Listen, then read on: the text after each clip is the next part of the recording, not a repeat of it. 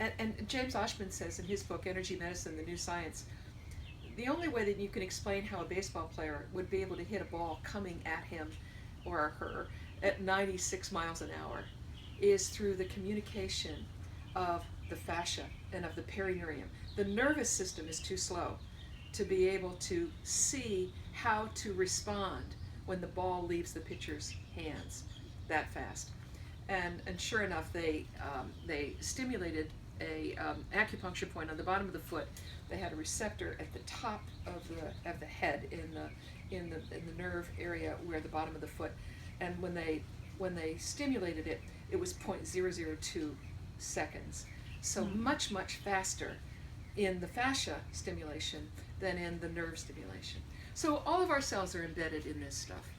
Well, John reasoned and through intuition saw this, and all the great innovations, whether it's Alan Turing with the computer, whether it's Einstein in the theory of relativity when he's going up in the elevator, and he really understood when we change our consciousness about something, we're in the world as the world exists, but something happens. We come up out of the subway. Edison used to go to sleep with a cannonball. In Fort Myers, you can see the cannonball imprints on the floor. He would fall asleep and the cannonball would fall from his hand and he'd wake up, and then he would change his consciousness and the answer to a question would be available to him. Well, John, in his intuition, thought there was something about this gel that changed. It melted. It felt like melting butter, stretching taffy. And that's the way he described it. From the late 70s, all the way through the 80s, all the way through the 90s. And then in 2007, Jean-Claude Guimbarteau presents us with Strolling Under the Skin at the first Fascia Research Congress at Harvard. John was shown that video, and he got tears in his eyes and said, and I'm getting chill bumps now, because as he told us, that's what I saw. That's what I saw. So there's this fascia that changes. It goes through what we call phase transition. Like water will become steam with heat. That molecules of water that are liquid disperse into steam and then solidify into ice with change in temperature. Well, Jell-O does this too. Jell-O comes to us as a powder in a box. We pour boiling water on it, it becomes a liquid. We put it in the refrigerator and it becomes a gel. Well, Jell-O is a type 1 polysaccharide ground substance. Oh, interesting. What's inside us is a type 2 polysaccharide ground substance. So in the joint itself, hyaluronic acid is a form of fascia that is almost liquid, almost all water. It has a little collagen in it, has a little of this polysaccharide ground substance with elastin, and so it's almost all water. In the fascia, in this area, there's a lot of fluid and a lot of the fat is embedded in it. In the fascia in our muscles, it's very spidery, and the tendons, it's very dense and very tight. But you can stretch, you can elongate that tissue. All of this is to say that these polygons form this web that is under constant, because we live in gravity, compression, and the bones are constantly compressed, and tension as well. The tension is in the elastic and the ground substance opening up, and the compression is in the bones or the struts. Right. And Buckminster Fuller figured out, he wasn't the founder of this, but he put it into a geodesic dome, and he said, look, with this, with the struts and the elastin, under constant compression and tension because of gravity and our movement, look what's happening inside with this fascia. It's constantly changing form, and it constantly allows us to be elastic, not like Gumby. We can't turn ourselves into a knot, but very much like somebody who's able to shape shift. Mimes do this very, very well without words. Mimes go into these wonderful patterns and then they hold it, and you can see, or dancing the tango, two people being able to move to the music and communicate with each other through the movement, through the skin, through their proprioceptors to be able to follow each other. Watch Dancing in the Stars. Nyla and Petra doing the tango, and Nile is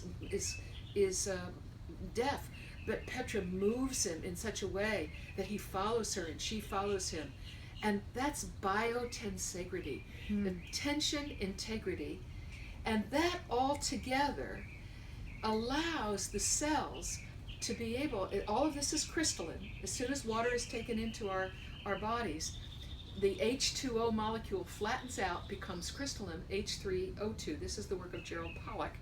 It becomes crystalline. The body changes it into crystalline. That crystalline water goes into the tubules, goes into the gel, and then Donald Ingber from Boston, his work on Mechanotransduction, he said as soon as you place, and we're back to the laying on of hands, as soon as you place your hands on tissue and press, the infrared energy, the waveform of the infrared energy, the electrons and the photons come out of your hands into the skin, into the fascia the skin is embedded in.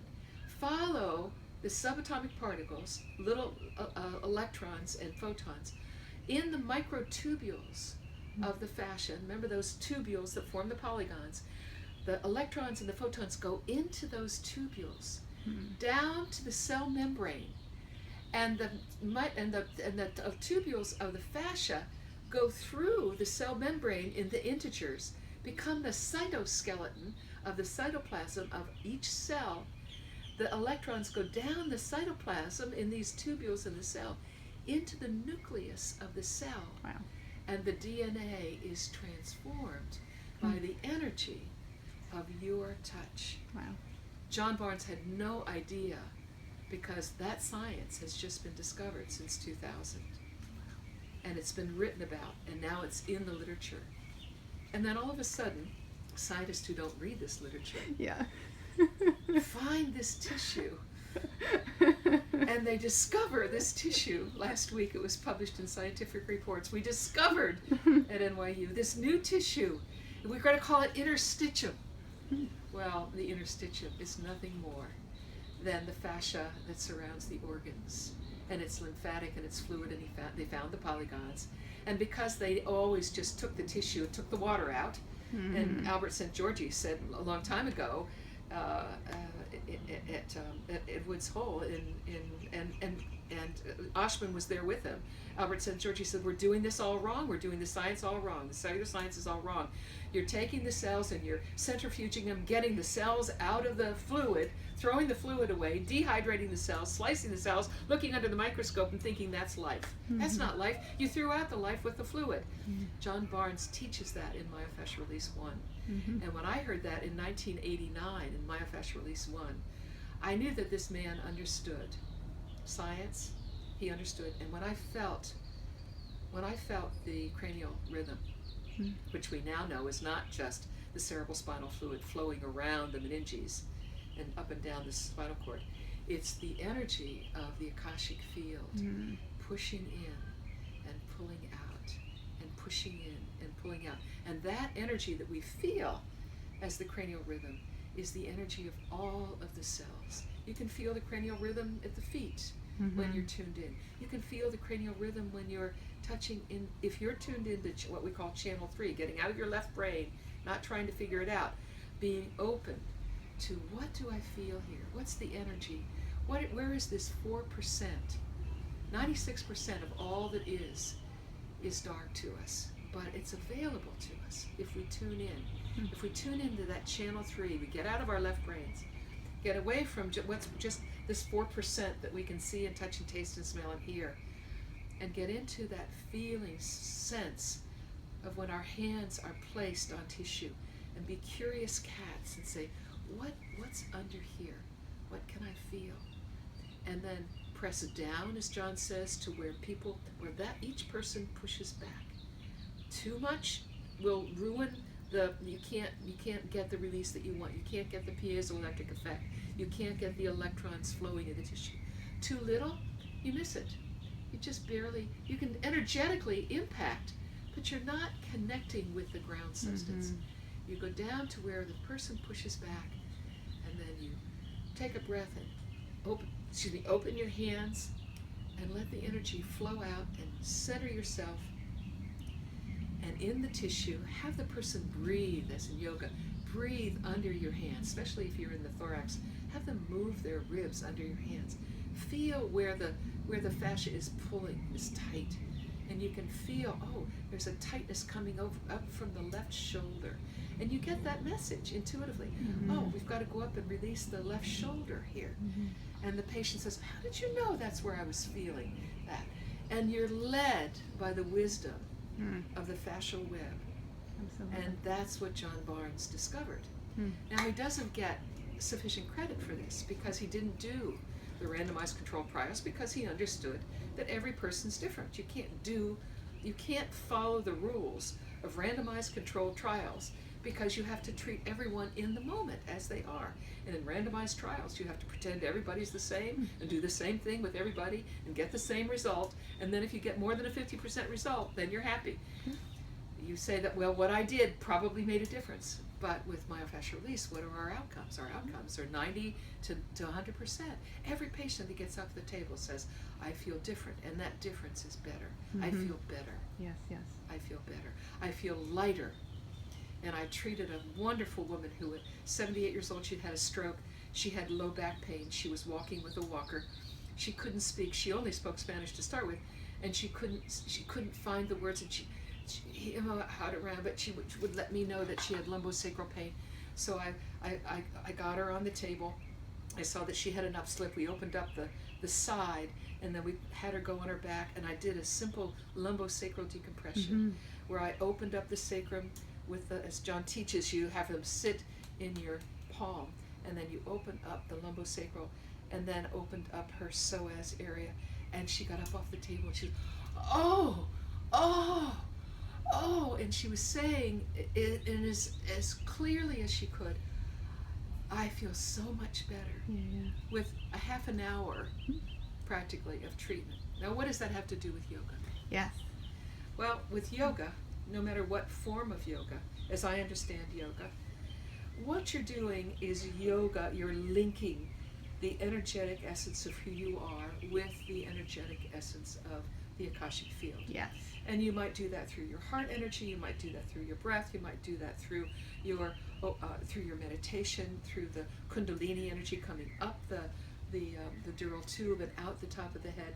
But the whole concept of yoga is to yoke, to link how we are this dense physical structure, to change our perception of this dense physical structure into one that is energetically alive enough that we can imagine being opened up to link to the beyond. And how we do that might be through meditation, might be through chanting, might be through listening to a meditation, centering ourselves, getting in touch with that Akashic field, that source energy that's inside of us. But John teaches true Barnes myofascial release is yoga therapy. Because when we are in this channel 3 energy, when we get out of our left brains, when we center ourselves, when we're curious cats, when we're in contact through the skin with our hands, either through traction or pressure and shear or rebounding, when we're centered in that channel 3 energy, we are linked with the source energy. And our energy coming through us, through our compassion, resonates in waveform with the energy of the person, no matter where they are. We are resonating with their energy. Now, if they can get out of their left brains enough and get into their bodies, that's all we ask them to do. Dive into our bodies. Feel what's happening under our hands. Leave those thoughts and feel. And through the emotions and their connecting with us, they feel that. Now we have a closed chain that moves up to the Akashic field. And then good Barnes myofascial release will say, breathe into your lungs. Open your lungs, move your ribs, open your lungs, and through the breath, feel your breath pushing against the fascia with the fluid, the 95% fluid of our bodies, 90% or 30% fluid of our bodies, and feel the fluid of the cells pushing against the fascial restrictions. opening up that ground substance with the breath, and then channeling that breath out into the Akashic field. And then the wisdom of the ages, the intuition, the knowledge. Oh boy, now I get it. I need to journal more. Now I get it. That exercise was really wrong for me. Now I get it that I really do need to stay away from carbs. Now I get it that if I do my pelvic tilts before I get out of bed in the morning, my spine will be ready to take my weight. Now I get it. That's the wisdom. That's the very personal, individual wisdom. Just as John says, every person has their point of resistance. You match that. You link, the connected link with each person. That opens the energetic link to source energy. And that's yoga. That's Barnes yoga. And that's how myofascial release is connected to yoga, as I understand it. What a great explanation. Thank you. Yeah, and you said earlier something about the biophotons moving through the light. Yeah, and yeah, so do you get a sense that that can get interrupted, or that can get, like, you know, in some circles they talk about energy blocks? Yes, absolutely. But that's a real thing, yeah? That's physiologic. Yeah, okay. Because when that ground substance dehydrates and condenses, all the cells that are embedded in that are collapsed. The mitochondria can't get the oxygen that they need to do the ATP for the energy of the cells. The cells can't. I'm on the landing strip for the airport. Oh, the yes. airport is just 20 minutes west of here, and there's the ocean right there. So they come in off the ocean. Oh, and beautiful. when I'm coming in, I can look down on my house. Anyway, that's the noise that you felt. When there's a fascial restriction, when there's actually a dehydration of the gel, it's either through the byproducts of the thwarted inflammatory system, it's through posture, it's through repetitive motion. All golfers come to me with rotation of the trunk, and tennis players, rotation of the trunk. So we have to de-rotate their trunk and then work with their extremities. People who sit at a computer like this, forward shoulders, forward head, that dehydrates the fascia. And if you're not drinking enough water, of course there's a fallacy to this water business. If you're drinking a lot of water, your fascia is restricted, your water's just you're gonna pee it right out. You've got to have open enough fascia for the water that you drink to get out of the capillaries into the fascia through pressure and shear or through movement. And that's how fascia takes the water. But if you're dehydrated, you're not going to get the water that's there to be had. But just drinking water is not going to lubricate your fascia. But if you have a fascial restriction, you are literally blocking homeostasis. You're literally blocking the ability of the immune system to work, of the endocrine system to work, because it works through the fascia. That's what this wonderful new discovery was. They discovered that, well, if there's lymphatic drainage in these polygons that are fluid filled, maybe that's the root of metastasis. Because it surrounds all the organs. Well, it's the root of everything. And they're on the road to finding that. And Gimbarto is correct when he says in John Sharkey, what is it about us? We were so enamored of our results, we didn't care whether science understood this. We would explain it to our patients. And then Gimbarto's movie, we thought was getting out to the science world. We did not find a way to get into these cellular physiologists, these pathologists, enough to be able to get them to pay attention to us, so that they would never embarrass themselves the way they have, to say, we discovered, the way Columbus embarrassed himself when he said, I discovered America. I mean, it's just embarrassing.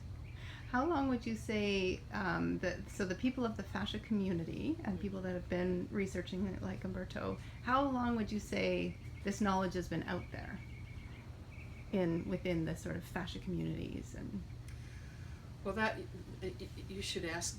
Well, certainly James Oshman has been writing about it since the late 90s. Okay. Energy Medicine, the new science came out in 1999, and that's all about fascia and about how fascia conducts energy. And that's why I go to that as my main textbook. Energy now, medicine. the Rolfers and the manual therapists that aren't so enamored of energy, and Gimbarto wasn't either. Gimbarto, in his first edition of Strolling Under the Skin, talked about these tubules as being perhaps conductors of energy. He backed off on that last summer. He said he wasn't sure about that in the presence of John Sharkey's anatomy dissection class. At least that's the way I understood him. They're not as concerned. To me, that's the answer to everything. To me, as a transporter of subtle energy, explains why I can have ESP with my twin sister, and that's why I started this journey at 20 in 1965. My science that I'm studying in chemistry and biology and physics is not giving me the answer to why my sister and I buy the same coat on the same day in 2 different cities. Oh my gosh. Why when she turns, we're hooked up to an EEG in one room, and the light bulb goes on, and she closes her eyes, her EEG changes. I'm in another room 50 yards away, the light bulb didn't go on. I don't close my eyes. My EEG changes at the same moment. Oh, wow. And I saw that, and I said, well, how can you deny that at 20? And as a scientist, I was fascinated to find a science that gave me the answer to how my sister and I were linked. How when she got pregnant with her first child, neither one of us could drink coffee. She was in Madison, Wisconsin, and I was in Birmingham, Alabama. We loved coffee. So then she had Jonathan. I thought, oh, good. 9 months and I can't drink coffee. And then she nursed him, and neither one of us could drink coffee for 2 years. Oh my goodness. And then finally, she started drinking coffee. I started drinking coffee. Those are the things you cannot explain through. And what we're called outliers to the bell curve. Well, that's just an outlier. Well, that's just an outlier. And of course, if you weren't drying the tissue and slicing it and putting it under a microscope, and you come up with a different result, well, that was an outlier because you didn't use the right research technique. You didn't use Stedman's guidelines, the gold standard of gold standard of randomized controlled trials, placebo-based. This is pseudoscience. Pseudoscience. Yeah. And the hubris of pseudoscience. To be accused, John, and still is being accused of teaching pseudoscience, and I being accused of trying to shut down our program at Miami because I was teaching pseudoscience to the students. I asked Gimbarto at breakfast in last June. We were having breakfast. Jaap van der Wal and Jean-Claude and I were having breakfast in Scotland, and Gimbarto says, well, a videographer came to me last week and said he wanted to do a documentary on fascia, and then he said, what is fascia? And I laughed and I said, well, he didn't do his homework. And he said, no. And Jaap laughed and I said, well, Jean-Claude, what will it take for lay people to know about this tissue?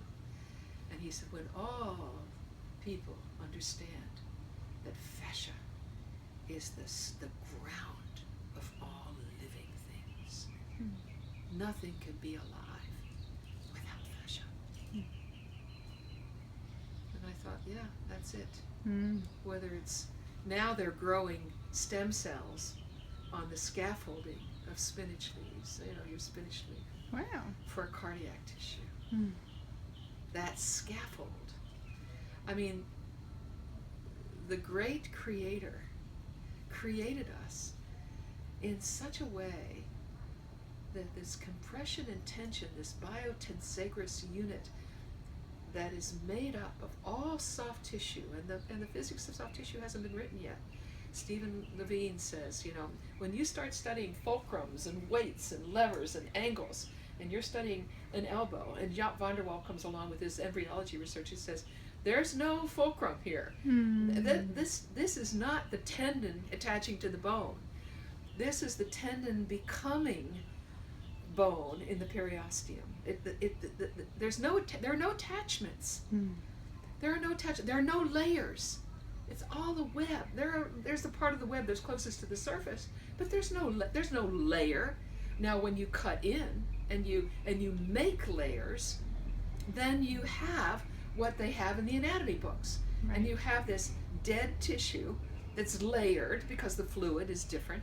But when you put that endoscope in, and that's the new technology that they came up with the discovered interstitium. They came up with a new endoscopic technology that stains the polygons, and you put a laser light into it, and you can see it much more vividly than Gimbarto could, just with a light at the end of the endoscopic tube camera. So at the Fascia Congress in 2018 in Berlin, I hope Robert Schleif said he thinks that the Thiel and the people from NYU, somebody will be there to talk about this endoscopic technology, and hopefully we'll have videos. It just enhances what we already know. Mm-hmm. But how long have people known about this? Well, I certainly didn't know about this three-dimensional web in the way I always thought of it as a kind of a saran wrap. Mm-hmm. And that I didn't understand. I heard it, but I didn't understand the embedded idea, and that I didn't understand. I didn't understand Biotensegrity until 2016, when I went to the first Biotensegrity conference that John asked me to go to represent Barnes' myofascial release to the Biotensegrity community, and they were curious, but they didn't pick it up. They're still on structure. Mm-hmm. They're still fascinated by structure. But to me, it's in those tubules is consciousness. Yes. In those tubules is the ground substance of how we literally know who we are in space. This is who we are in this space. And consciousness is both outside of us in waveform and inside of us as this insight into who and how we are. And that's what puts us at the top of the food chain, not the fact that we can oppose, but that we can self-regulate, that we have homeostasis without having to think about it, that the electromagnetic field in some way sends instruction into the fascia, that the liver does liver, the heart does heart, all the same DNA, but that the instructions that are given to the RNA in the cells of the heart that goes into the DNA and takes the exact, in the nucleus of the cell, the RNA goes in and takes the exact half of the DNA that's necessary for cardiac function, takes it out, and this is Bruce Lipton, takes it out of the nucleus into the cytoplasm, makes the chain, the protein chain link. So, and the ATP is being produced by the mitochondria, and then the cell of the heart does what it needs to do as a cardiac muscle. Amazing. That's the information that comes from the wisdom. That's all. It's our genetic structure in the electromagnetic spectrum. It's not just heat. It's us in wave form dictating. And this is not my science. This is science. I can't tell you where I got it. Probably Greg Braden, Bruce Lipton. Those are the scientists that I would go to look for this information. Gregg Braden. And that science is coming in, and that's the first time I've explained it with such clarity to myself. But Bruce Lipton taught me that. You get the information. There's the DNA in that cardiac cell, but the cardiac cell only has my DNA, same DNA as in the liver. So it's the information in the tubules that gets down through the cell membrane, through the cytoplasm, in the microtubules of the cytoplasm, into the cell, and then the RNA, the messenger RNA, goes into the DNA. The DNA is a double helix. It strips back, as Bruce Lipton says, strips back the protective layer of the DNA, which we think now is cardiac. And John sent me this tape, this wonderful YouTube tape, of the fact that the energy that comes from the heart and the pulsating of the heart seems to be what binds the DNA into the double helix. That energy is the double helix energy. John gets these wonderful science, and of course I know he wants me to write about them, so I will, John, I promise. I'm telling you about it first, but the energy from the heart is coming in, fueling this energy in the tubules, goes in. That RNA takes half of the DNA strand that it needs, and then it reconstitutes itself. I don't know quite how it does that. Comes out into the cytoplasm and forms the protein chain that tells the heart to be a heart cell, what this heart cell should do. Same with the pancreas, liver, same with the pancreas, same with the brain, same with the nerves, same with everything. Amazing. Now, think of the engineering that's behind. How could you know all this? and believe it all happened just by chance. Hmm. How? To watch a baby, and that's why you should take Jaap van der Waal's course on embryology. It's 3 times here in the United States this summer, in Maine and Oregon, and I don't know where the other place is. If you can take his weekend course, where he talks about the blastocele forming in the mesenchyme, and then the space. He said there is no mesenchyme, there's just meso. And out of the meso comes the muscle. The muscle forms out of the meso. Hmm. The muscle is formed by the fascia, by the ground of the fascia, not vice versa. Wow. And it's the fascia, and it's the fibroblasts of the fascia that forms the muscle, and the fascia that forms the organs. And it's the structure of the fascia that is the scaffolding where the cells can grow for the heart. And we know that now. We're taking stem cells and growing them. Hmm. And then we're energetically now pulsing into them in increments into the heart cells so that they start pulsing on their own, and then they pick up. And now we're starting to recognize, if you want to create tissue, you have to mimic fascia. Hmm. You have to mimic the round substance, you have to mimic the scaffolding. Now, how do they mimic consciousness? Yeah, that's the question. And when science finally discovers, I'm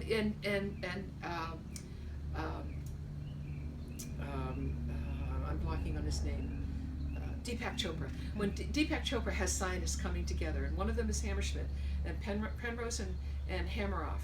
Penrose and Hameroff, John quotes all the time about the fascia in the brain, and how the fascia in the brain conducts stimuli in the brain. Hameroff is an anesthesiologist, a scientist, who's talking about consciousness being outside of us and inside us. And Deepak Chopra got these scientists together, the physiologists, quantum physicists, wonderful scientists, talking about how the consciousness inside of us moves through the consciousness around us. And when we're open, and when we're most open is when we're out of our left brains, when we're falling asleep, or when we're in the dream state, or when we're I know, I'd stop, he wants me to stop talking, he wants to take a nap. I know, okay. So we're getting this information if we're open to it. But the only way we're open to it is if we get a stroke of insight. And that's Jill Bolte Taylor. Right. She had to shut off, who had the stroke. Yes, she had to yes, shut yes. off her left brain and be open to her right brain, and she knew it is linked to positivity. Do you know that when she was healing, like Heather's healing now from her stroke, she put a sign on her door and said, "Take responsibility for the energy that you bring in my room. Don't come into this room with negative energy." She took control of the energy of her healing. Wow.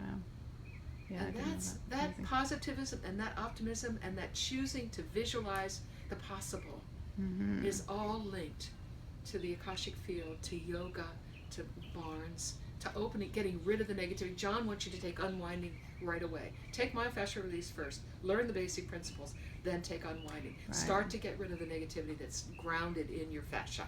Get And rid of it so that you can open up in yoga fashion to Yes. the blessings that are available for you. Yeah, and I think of unwinding as that moving from that higher state of consciousness, or the Right. channel 3. And I wonder, my intuition is that that's the way we find those places that are stuck in those fascial restrictions. Because if we're always moving from channel 5, or we're always moving from the linear, we're always walking the same way and getting in and out of the car the same way, but we're not necessarily accessing those places that might be restricted and don't have the consciousness and the biophotons and the liquid. Absolutely. And, so if we move from channel 3, which would be true yoga, then we can start to actually untangle the... Right. And I did, until this conversation, Yeah. didn't really get the fullness of the link that every Barnes therapist who's truly linked with channel 3 is doing yoga. Yeah, that's true yoga. I hadn't really made that connection. They're yoked. I talked to yoga therapists about holding for 3 to 5 minutes in the Right. asana, but I hadn't made that channel 3. And it's your being here this weekend and the comments that you made to my students and the comments in our conversation and now this conversation that led me to make that. And I hope that I wish John were here, because that would I be think amazing. he would agree. Mhm. But John always surprises me. You know, I'm always surprised by his wisdom. I'm always informed by his intuition. He has access to the masters that Yeah. I don't have. Although you're helping me to get access through your questions. I And think he's a true yogi, and so are you. oh yeah, I do too. Yeah. And And what thank you for that. Oh. I take that in with great humility and pleasure. I love that, because when I am in that place doing Barnes Myofascial release, as I do, by myself and with Tara and Craig, and when we work, when we co-treat, or when I co-treat with anyone who's really tuned in, that lifts me to a level that I never dreamed as a physical therapist would be available to me as a clinician. Never. That's wonderful. John introduced it to me. I've maintained and gone and repeated courses and read and listened and worked with him, and he's contributed to my writing, and together I've gotten to this place in my life, in the autumn of my life, where I'm able to really live these principles. Go to the barrier and wait. You can't take your patients anywhere where you haven't been. Go to their everybody's resistance is different. Be like a curious cat. Don't push against. Don't push against. Yield. And as you said yesterday, beautifully, in myofascial release, you let the patient lead, especially in unwinding. You're not dictating. You're not pushing a protocol. And that's what physical therapy is. You're pushing a protocol. You're pushing what you've learned, the research told you to do. In myofascial release, you're helping the body, and in unwinding, the body will find its still point where it can let go. And when you had your headache yesterday, and I was doing the sphenoid release for you at break, and you unwound and got to that still point and let go. And then later said, "How's your headache?" And you said, It's gone. "It's gone." And also that my consciousness and energy came back into the place that had been restricted, and as you were holding me, and so I think the collaboration is a part of it too, that your hands were there, but that your hands being there guided my awareness to that place in my body, and the movement guided my consciousness back into that place in my body. That's the key to Barnes. Yes. It's the palpation, bringing the awareness to. Yeah. Now you can do that through your breath and with the ball. Yes. You've shown that on those EEG studies. Yeah. And that's why we give the soft balls to people. It brings their consciousness to that place and breathing into that place. If you just put the ball there and lie there and do your Facebook, I mean, you might as well not do anything at all. You've got to be able to bring your consciousness to that place, and through your breath, say to yourself John's magic words, I let go, I let go. And watch that restriction untangle. And I've heard snaps, and I've heard whooshes, and I've heard, when I hear the whoosh, I think of you, the whooshki, and the energy comes up into my face, I get sweat beads under my eyes, my blouse sticks to me, and I know that that's letting go. And physiologically, we are making that phase transition from solid to liquid to gel. And then the cells not only can breathe, they can receive nutrition, they can get rid of waste from the mitochondria and the cell action, and they can receive, and most important, they can receive the vibration of thought. And what thought is healing to them? Don't come into this room. Take responsibility for the quality of your thoughts before you come into this room. Your state. Optimism. Yeah. And appreciation. Looking around and saying, oh, what a beautiful day. And you're so worried out.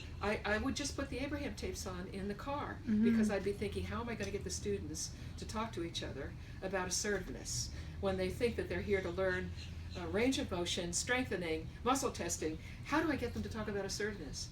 And Abraham says, don't worry about it. Just line up. Line up, believing that once they get it, they're going to talk to each other about it. You're going to have a small group that just flies. I go into the classroom, I always start with grounding them. Turn your lights off, close your books, close your computers, close your eyes, track your breath. Feel the breath, feel inside your bodies. Now let's talk about the topic. And that's what John does too. John has us starting with grounding breath, feeling the energy coming up, glowing with the energy, and then touch. and centering yourself before you ever put your hands on a patient. Yes. And then approaching the patient like a curious cat. What's the web have to teach me today? What's it have to tell me? Where is it going to direct me? Through the vasomotor response, through the pull, through the tug, through the intuition, the left shoulder blade, What? I don't get that. Okay, whatever. And then following your intuition because you believe in it, you trust in it. That's the wisdom. That's us as human beings as we're meant to live. That's who we're meant to be. Yeah. That's what we signed up for. Yeah. When we're in the state of true yoga. So I'm just one more thing. So when the phase transition happens and it's more liquid than solid, Right. that would be helpful for the biophotons because. Oh yeah, because then they can flow. Okay. The tubules get crushed. Right. They're springy. They have elastin and collagen in them. But if you've got a fascial restriction, it's crushed. Right. And you can see that on Gimbarto. You can see where the web is open, then all of a sudden you'll see this tight line, and it's not a nerve. It's not a blood vessel. It's just fascia that's squished together. John shows it in his slides with repetitive motion injury and how the tubules, the polygon borders, even though it's a slice under a microscope, the tubules are fractured and they're torn, and then myofascial release, or they're thickened. Yes. And then myofascial release opens it up, and then the web can do literally, not figuratively. This isn't hyperbole. This isn't metaphor. They literally open up, and flow happens, and that's what patients say. I feel the flow. And Robert Schleip said for years, there's no way you can feel flow. There's the mechanoreceptors don't pick that up. And then he finally said, I found the nerve endings in the fascia. This was just last year or 2 years ago. I found that 2015. Was that with the last Fascia Congress? I found the nerve endings in the myofascia that are interoceptors, interesting, interstitium interoceptors, that I think are picking up the feeling of flow of energy through the tissue. And he finally had something to ground this idea. See, they don't want to talk about energy because they can't measure what's happening. It's only a feeling, it's an emotion, it's subjective. But is it because they're studying dead cells? Like, is that part of why they can't pick up on the energy? That's a good question. I don't know. I'd have to ask him. Yeah. Okay. I'm going to be with him in next month. Yeah. In Britain. He's at the British Fascia Congress, and I'm going to sit down with him. Oh, good. And say, let's have a conversation. I would love this. to. I would love to be a fly on the wall for that conversation. Yeah. And then I'll tell you about it. Okay. If he lets me. Anything somebody said to me in confidence, I wouldn't say. And scientists are very strange about stuff like that. When I first met John, and I had done the dissertation about empathy, and I felt there was an energetic crossing over. This was 1977 to 82. And I said, don't you think it's an energy flow? Isn't that energy? He says, don't say that. He says, I'm attacked enough already. But he says, of course that's what's happening, but I can't talk about that. Yeah. And one day. Yeah. That's the enlightenment. Yeah. Neil Donald Walsh has a new Conversations with God book out. And he channels this wisdom. And basically what it says, he has, I think, 21 principles of an enlightened society. And that's when we don't compete with one another. And it's not a zero-sum game. And it's not, everybody's helping everybody else. And nobody's afraid. Everybody's just sees everybody as connected to one another. And of course, if this happened to you, it impacts me. Yeah. If it happens to the planet, it impacts me. Yeah. And when you're in that enlightened state, that's just very obvious how everything is connected. Yes, and the joy of that is really, and Abraham says we teach selfishness. The joy of that is in the personal satisfaction of living life from that mode. It's energizing, it's thrilling. Yeah. It's the way life is meant to be lived. Yeah. That's great, Carol. Well, thank you so much. I'm what mindful a of pleasure. your time, but this was amazing. Yeah. Thank you so much. Thank you very much for your questions and for your openness and for your writing and for your teaching. Thank you. And everything you're doing. Thank you so much. All right, I'm going to stop it here.